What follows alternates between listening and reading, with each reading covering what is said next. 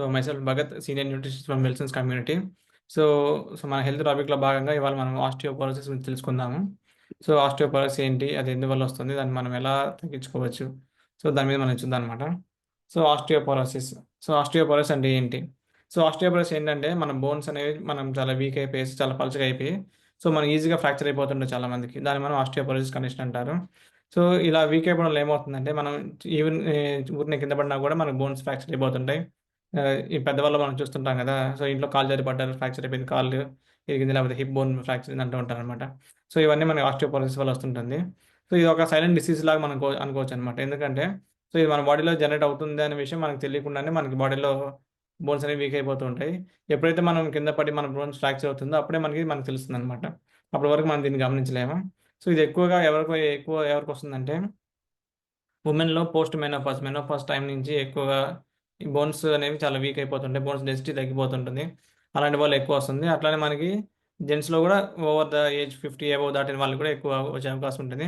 So, మేజర్‌గా దీనివల్ల మనకి వచ్చే ఫ్రాక్చర్స్ ఎక్కడెక్కడ వస్తాయంటే హిప్‌లో గావచ్చు, మన వర్టిబ్రల్, మన స్పైనల్ కార్డ్‌లో గావచ్చు, అలానే మన రిస్ట్ బోన్. సో, వీటిలో మనకి ఎక్కువగా మనకి ఆస్టియోపోరోసిస్ వల్ల మనకు ఫ్రాక్చర్స్ అయ్యే అవకాశం ఉంటుంది. సో, ఇక్కడ మీరు చూడొచ్చనమాట. సో, నార్మల్ బోన్ ఎలా ఉంటుంది? ఆస్టియోపోరోసిస్ వచ్చిన బోన్ ఎలా ఉంటుంది? సో, నార్మల్ బోన్‌లో మీరు చూసుకున్నారంటే ఎక్కడ గ్యాప్ అనేది లేకుండా చాలా డెన్స్‌గా ఉందనమాట బోన్ స్ట్రక్చర్ అనేది. సో, అదే ఆస్టియోపోరోసిస్ బోన్‌లో చూసుకున్నారంటే మీకు చాలా ఎక్కువ గ్యాప్స్ వచ్చేసి దాంట్లో పోరస్ అంటే గ్యాప్స్ అనేవి ఎయిర్ ఎక్కువ ఉందనమాట. సో, ఇది బ్రేక్ అవ్వడానికి ఎక్కువ ఛాన్స్ ఉంది. ఆస్టియోపోరోసిస్ వచ్చిన బోన్ ఈజీగా బ్రేక్ అయ్యే అవకాశం ఉంటుంది. నార్మల్ బోన్ మనకు తక్కువ డెన్సిటీ తక్కువ ఛాన్స్ ఉంటుందనమాట. సో, అసలు ఎందుకు ఆస్టియోపోరోసిస్ వస్తుందంటే, సో, గ్రాడ్యువల్‌గా మన బాడీలో మనకొక మెకానిజం ఉంటుందనమాట. సో, మన ఈచ్ అండ్ ఎవ్రీ సెల్‌కి ఒక కొంత లైఫ్ స్పాన్ అనేది ఉంటుంది. సో, ఆఫ్టర్ లైఫ్ స్పాన్ ఏమవుతుందంటే ఆ సెల్స్ చనిపోయేసి ఆ ప్లేస్‌లో మనకు కొత్త సెల్స్ ఫార్మ్ అవుతూ ఉంటాయి. సో, ఇది మన బాడీ హోమోస్టాసిస్ కండిషన్‌ని మనం మెయింటైన్ చేసుకుంటుందనమాట. సో, పాత సెల్స్ అనేవి వెళ్ళిపోయి ఆ ప్లేస్‌లో కొత్త సెల్స్ ఫార్మ్ చేసుకుంటుంటుంది. అట్లాగే మనం బోన్ స్ట్రక్చర్, మన స్కెలిటల్ స్ట్రక్చర్ చూసుకున్నామంటే ఫర్ ఎవ్రీ 7-10 ఇయర్స్ వరకు, 10 ఇయర్స్ లోపల ఏమవుతుందంటే మన బోన్ స్కెలిటల్ సిస్టమ్ మొత్తం రీప్లేస్ అయిపోయి కొత్త స్కెలిటల్ సిస్టమ్ మనకొస్తుంది మన బాడీలో. సో, దీన్ని మనం బ్యాలెన్స్‌డ్ రీమోడలింగ్ రీమోడలింగ్ అనుకుంటారు. సో, బోన్ రీమోడలింగ్ అంటారనమాట. 7-10 ఇయర్స్ లోపల సో, మన పాత స్కెలిటల్ సిస్టమ్ అంతా ఎళ్ళిపోయేసి కొత్త స్కెలిటల్ సిస్టమ్ అనేది వస్తుంది. సో, దీన్ని బోన్ రీమోడలింగ్ అంటారు. సో, ఈ రీమోడలింగ్ ఏం జరుగుతుందంటే మనకి 2 టైప్స్ ఆఫ్ సెల్స్ ఉంటాయి. బోన్ సెల్స్ ఉంటాయి. ఆస్టియోక్లాస్ట్ అనేది ఒకటి, ఆస్టియోబ్లాస్ట్ అనేది ఒకటుందన్నమాట. సో, ఆస్టియోబ్లాస్ట్ అనేది ఏమవుతుందంటే కొత్త బోన్ సెల్స్‌ని ఫార్మ్ చేస్తూ ఉంటుంది. సో, కొత్త సెల్స్ ఫార్మేషన్‌లో ఎళ్ళిపోతుంది. ఆస్టియోక్లాస్ట్ అనేది ఏమవుతుందంటే పాత బోన్ సెల్స్ రిమూవ్ చేసేసి సో, దాన్ని మనకి తీసుకెళ్ళి మన బ్లడ్‌లో కలిపేస్తుంటారన్నమాట ఆస్టియోక్లాస్ట్ అనేది. సో, ఈ 2 బ్యాలెన్స్‌డ్‌గా పనిచేస్తూ ఉంటదన్నమాట. సో, ఎప్పుడైతే మనకి ఆస్టియోక్లాస్ట్, ఆస్టియోబ్లాస్ట్ 2 కూడా పారలెల్‌గా పనిచేస్తూ సో, ఈక్వల్‌గా బోన్ డ్యామేజ్‌తో పాటు బోన్ ఫార్మేషన్ కూడా జరుగుతుంటుందో సో, దీన్ని మనం బ్యాలెన్స్‌డ్ రీమోడలింగ్ అంటారన్నమాట. సో, ఇది ఎప్పటి వరకు ఉంటుందంటే ఏజ్ అప్ టు 30, 35 ఇయర్స్ వరకు సో, మన బాడీలో కాల్షియం అబ్జార్ప్షన్ కావచ్చు, విటమిన్ డి అబ్జార్ప్షన్ కావచ్చు, ఇవన్నీ బాడీలో ఎక్కువుంటాయన్నమాట. సో, ఆ ఏజ్ వరకు కూడా మనకి బ్యాలెన్స్‌డ్ బోన్ రీమోడలింగ్ జరుగుతుంటుంది. సో, ఆఫ్టర్ ఏజ్ 30-40 ఏమవుతుందంటే వుమెన్‌లో అయితే మెనోపాజ్ కండిషన్స్ వల్ల హార్మోన్ ఇంబాలెన్స్ జరుగుతుంది. So, because of low estrogen levels, vitamin D levels కావచ్చు, కాల్షియం అబ్జార్ప్షన్ కావచ్చు, బాడీలో చాలా తక్కువ ఉంటదనమాట. దానివల్ల స్లోగా బోన్ మాస్ డెన్సిటీ అనేది తగ్గిపోతూ వస్తుంది. సో, అట్లానే జెంట్స్‌లో కూడా అబోవ్ 40, 50 చూసుకున్నారంటే వాళ్ళలో కూడా సో, ఈ బ్యాలెన్స్ అనేది తగ్గిపోతుందనమాట.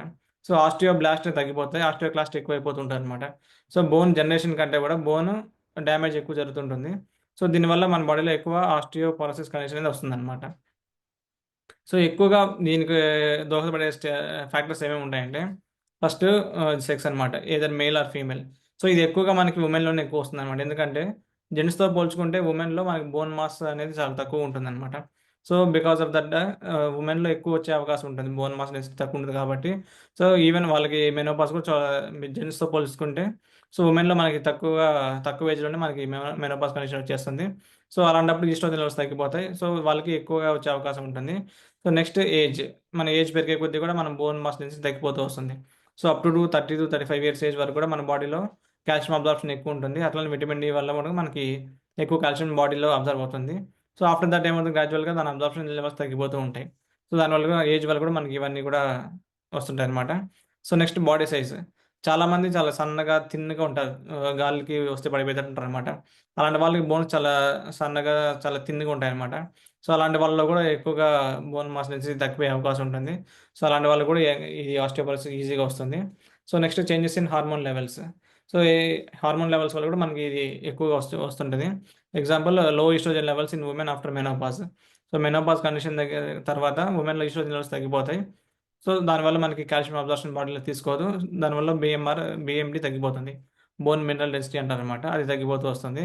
సో అలానే మెయిన్లో చూసుకుంటే testosterone levels up to after 50-55 age వరకు కూడా సో టెస్టోస్టెరాన్ ప్రొడ్యూస్ అవుతూ ఉంటుంది. ఆఫ్టర్ దట్ అది తగ్గిపోతుంది. సో దానివల్ల కూడా మనకి గ్రాడ్యువల్గా బోన్ డెన్సిటీ తగ్గిపోతూ వస్తుంది అనమాట. సో ఇంకా వచ్చేసి చూసుకున్నామంటే మన డైట్ చాలా మనం చిన్నప్పటి నుంచి చూస్తుంటాం. మనం తినే ఫుడ్లో ఎక్కువ ఇప్పుడు యాడ్స్లో చూపిస్తుంటారు, మీరు పాలు ఎక్కువ తాగండి, ఎక్కువ కాల్షియం ఫుడ్ తీసుకోండి, మన బోన్స్ బాగా డెన్సిటీగా ఉంటాయని చెప్తుంటారు. సో ఎవరైతే కాల్షియం ఫుడ్స్ ఎక్కువ తీసుకోరో, విటమిన్ డి ఉండే ఫుడ్స్ ఎక్కువ తీసుకోరో, సో అలానే ప్రోటీన్ కూడా ఎక్కువ తీసుకునే వాళ్ళకి ఏమవుతుందంటే సో బోన్ మాస్ చిన్నప్పటి నుంచి చాలా తక్కువగా ఉంటుంది. సో ఏజ్ 30-35 ఇయర్స్కే వాళ్ళకి ఆస్టియోపోరోసిస్ వచ్చే కండిషన్ ఉంటుందన్నమాట. So next life style. So చాలామంది ఇప్పుడు చూసుకున్నారంటే సో సెడెంటరీ లైఫ్ స్టైల్లో ఉంటున్నారు, ఎక్కువ ఫిజికల్ యాక్టివిటీ ఉండట్లేదు, ఎవరు ఎక్సర్సైజ్ చేయట్లేదు, బయటికి వెళ్ళి ఈవెన్ వాకింగ్ కూడా చేయలేని పరిస్థితులు చాలామంది ఉన్నారన్నమాట. సో అలా లో ఫిజికల్ యాక్టివిటీ ఉన్న వాళ్ళకి ఇది ఎక్కువ వచ్చే అవకాశం ఉంటుంది.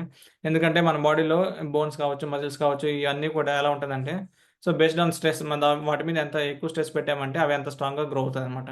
సో అందుకే చూడండి, పిల్లల్లో కూడా బయట స్కూల్లో ఎక్కువగా ఆడుకునే వాళ్ళకి, ఎక్కువ ఎక్సర్సైజ్ చేసే వాళ్ళకి బోన్ మాస్ కావచ్చు, సో వాళ్ళ హైట్ వెయిట్ కూడా చాలా చాలా ఎక్కువగా పెరుగుతుంటారు. సో ఎవరైతే కామ్గా కూర్చొని సెడెంటరీ లైఫ్ స్టైల్ ఉంటారో, ఎక్కువ ఆడుకోకుండా ఇంట్లో గమ్మున కూర్చుంటారో, సో అలాంటి వాళ్ళు ఇవి తక్కువ ఉంటాయి అన్నమాట.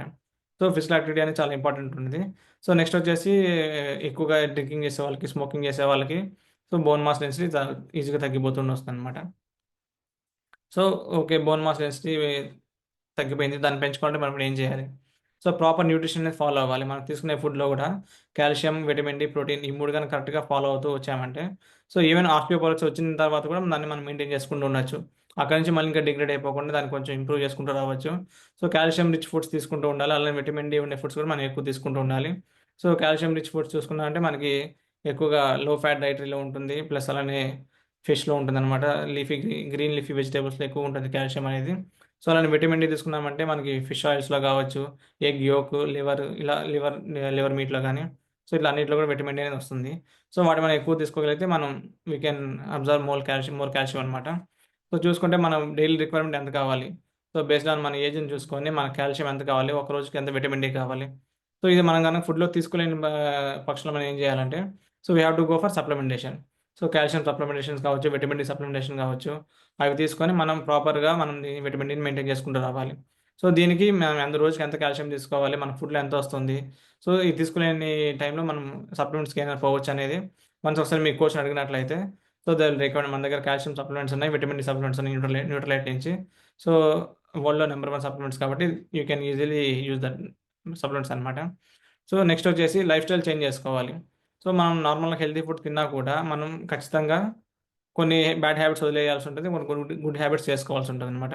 సో బ్యాడ్ హ్యాబిట్స్‌లో చూసుకున్నామంటే స్మోకింగ్, డ్రింకింగ్ వదిలేసేయాల్సి ఉంటుంది. సో అలానే మనం రెగ్యులర్ చెకప్స్ అనేవి చేసుకుంటూ ఉండాలి. సో ఏజ్ పెరుగుతున్న కొద్దీ ఏమవుతుందంటే బీఎండీ టెస్ట్ చేయించుకోవాలి ఇయర్లీ వన్స్ ఒకసారైనా. బీఎండీ అంటే బోన్ మినరల్ డెన్సిటీ టెస్ట్ చేస్తుంటారు బయట. సో అది చేసుకొని మనం బోన్ మాస్ డెన్సిటీ ఎలా ఉంది? ఎంత డెన్సిటీతో ఉన్నాయి? సో తగ్గిపోతున్నాయంటే మనం ఎక్కువ విటమిన్ డి లెవెల్స్ పెంచుకోవడం కావచ్చు, సో కాల్షియం సప్లిమెంటేషన్ తీసుకోవడం కావచ్చు, ఇలా మనం మెయింటైన్ చేసుకోవచ్చు. సో అట్లనే ఎక్సర్సైజ్ అనేది చాలా ఇంపార్టెంట్. సో ఈ వీక్లీ కనీసం 3 టైమ్స్ అయినా స్ట్రెంగ్త్ ట్రైనింగ్ చేస్తూ ఉండాలి. సో వీక్లీ 2-3 టైమ్స్ ఏరోబిక్ గానీ, జుంబా గానీ ఇలాంటివి చేసుకుంటున్నారంటే సో కొత్తగా బోన్ టిష్యూస్ మనకి ఎక్కువ ఫార్మ్ అవుతుంటాయి.